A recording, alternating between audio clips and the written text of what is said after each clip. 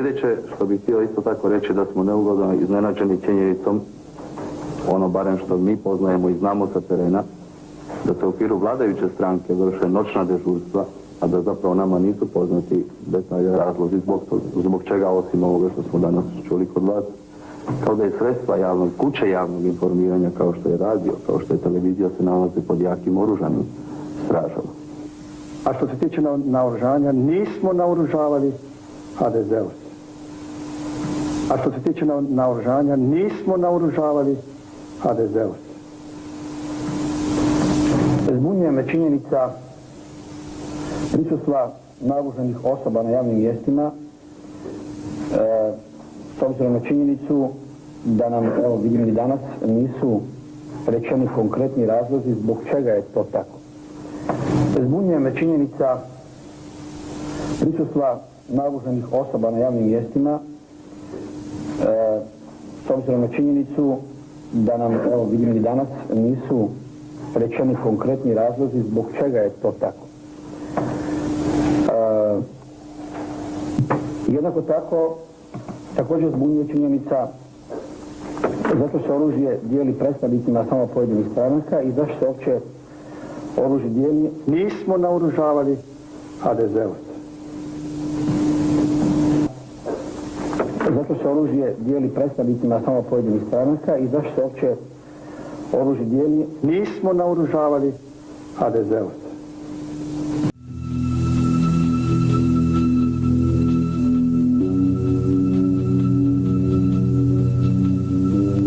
Mada se formalni zahtjevi za naoružavanjem HDZ-ovske vojske postavljaju i nadležnim institucijama u zemlji, Vrhovništvo Hrvatske pokreće mehanizme masovnog naoružavanja iz inostranih vojnih skladišta. Predsjednik Republike Franjo Tuđman i ministar unutrašnjih poslova Boljkovac ostvaruju više kontakata sa proizvođačima oružja u svijetu. Najviše razumevanja pokazuju Mađari koji širom otvaraju svoja vojna skladišta. Već 11. oktobra 1990. godine prva pošiljka oružja u 2 šlepera Čazmatransa iz Bjelovara prešla je mađarsko-jugoslovensku granicu.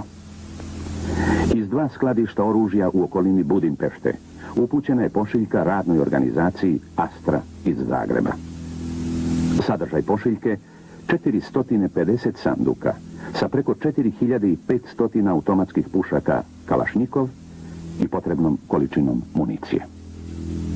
Savezni sekretarijat za narodnu odbranu je tim povodom u 2 navrata uputio energično upozorenje mađarskim vojnim vlastima, podsjećajući na sve posljedice takvog ponašanja, suprotnog svim međunarodnim konvencijama. Iz Mađarske je stigao odgovor u kome se sa dosta cinizma obrazlaže da je reč o običnom biznisu sa kojim Ministarstvo odbrane našeg susjeda nema nikakve veze. Nismo naoružavali HDZ-ovce. Ministar odbrane Republike Hrvatske, gospodin Martin Špegelj, učinio je sve što je u njegovoj moći da akcija ilegalnog uvoza oružja u terorističke svrhe uspe. Kako inače objasniti činjenicu da Telex Savezne uprave carina o mogućnosti krijumčarenja oružja upućen carinarnicama na granici prema Austriji i Mađarskoj nije imao efekta?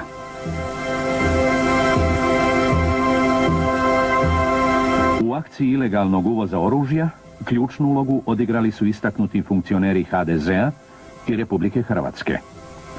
Marijan Balaban, načelnik službe javne sigurnosti Čakovec. Ilija Dodig, načelnik Centra službe državne sigurnosti Varaždin. Željko Tomljenović, podsekretar za odbrambene poslove. Josip Perković, podsekretar za državnu bezbednost. Zdravko Mršić, bivši ministar inostranih poslova.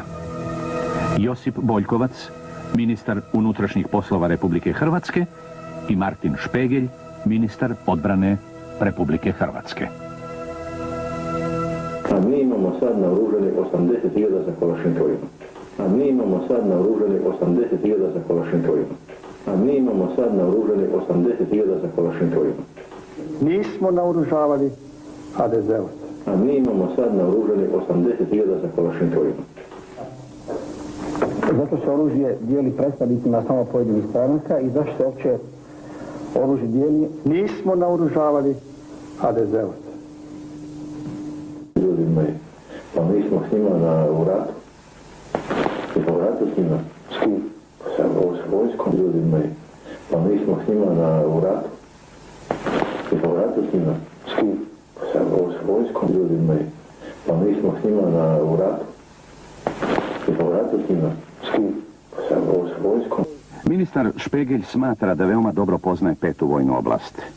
Njegova sramna uloga razbijača jedinica kojima je doskora komandovao sadržana je u rečenici: mi smo u ratu sa vojskom.